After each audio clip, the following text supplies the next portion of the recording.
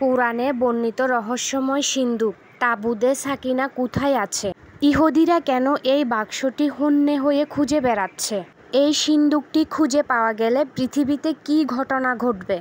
বিশেষজ্ঞরা বলেন আল আকসার নিচেই নাকি এই সিন্দুকটি দাফন আছেন। তাহলে কি ইহুদিরা বারবার আল আকসা শহীদ করার পরিকল্পনা করে এই সিন্দুকটির জন্য? আপনার মতে কি বলে অবশ্যই আমাদের জানাতে ভুলবেন না। যুগ যুগ ধরে মুসলমান, খ্রিস্টান ও ইহুদিরা প্রত্যেক যুগে একে অপরের সাথে শত্রুতা করে আসছে, কিন্তু তিনটি ধর্মে এই যে একটি জায়গায় একমত, তা হলো তাবুতে সাকিনা। এটি একটি অলৌকিক এবং বিস্ময়কর কফিন যা ঈমানদারদের অন্তরে প্রশান্তির উদ্দেশ্যে অবতীর্ণ হয়েছিল এবং হযরত আদম থেকে শেষ নবী পর্যন্ত সমস্ত নবীরা উত্তরাধিকার সূত্রে এর মালিক হয়েছিলেন, যার কারণে এর মহিমা ও পবিত্রতা অনেক বেশি।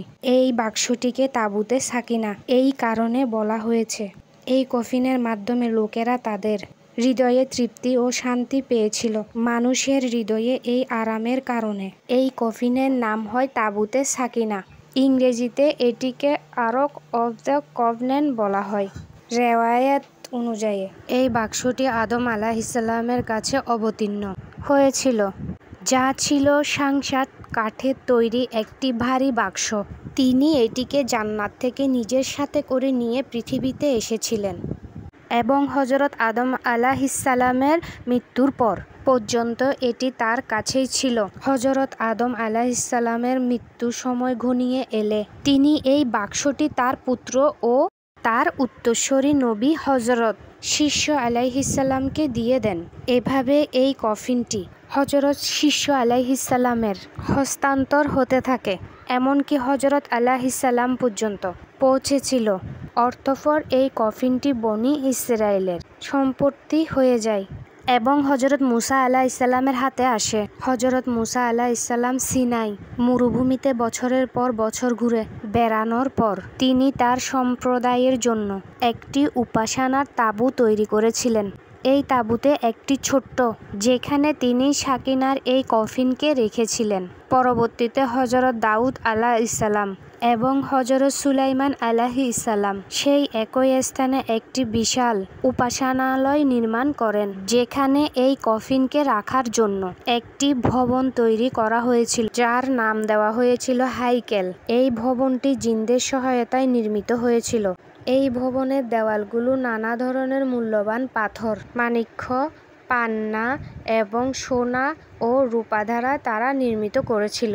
এই হাইকেল মন্দিরটি এতই আলোকিত ছিল এবং এর উজ্জ্বলতা এতটাই বেশি ছিল যে রাতেও এর আশেপাশে আলোর প্রয়োজন পড়ত না। কফিনকে যে বিশেষ কক্ষে রাখা হয়েছিল তার নাম ছিল আল কুদ্দুস। এখন প্রশ্ন জাগে, এই কফিনে এমন কি ছিল যার কারণে বনী ইসরায়েলেরা এটিকে এত পবিত্র মনে করত?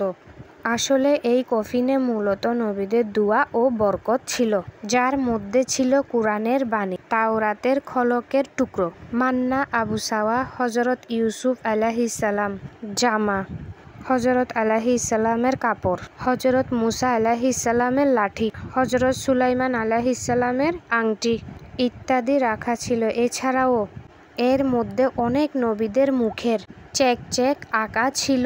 এই সিন্দুকটি বনী ইসরায়েলের জন্য অত্যন্ত পবিত্র ও বরকতময় ছিল। বনী ইসরায়েলরা যখন কাফেরদের সাথে যুদ্ধ করত এবং শত্রুদের বিশাল বাহিনী দেখে ভয় পেয়ে যেত এবং তাদের হৃদস্পন্দন বেড়ে যেত, তখন তারা এই বাক্সটিকে তাদের সামনে রাখত। অতঃপর এই কফিন থেকে এমন রহমত ও বরকত নাজিল হতো যে বনী ইসরায়েলের যুবকদের অন্তরে প্রশান্তির, তৃপ্তি এবং সাহস সৃষ্টি হতো। তাদের কম্পিতহৃদয় হৃদয় পাথরের মতো শক্তিশালী হয়ে উঠত আর এভাবেই তারা প্রতিটি যুদ্ধে জয় হতো। এছাড়া যখনই বনী ইসরায়েলদের উপরে, তখন তারা এই সিন্দুকটি তাদের সামনে রাখত এবং এটিকে উসিলা হিসেবে ব্যবহার করে ঈশ্বরের কাছে প্রার্থনা করত। তখন তাদের প্রার্থনা কবুল হতো এবং তাদের বিপদ আপদ কেটে যেত।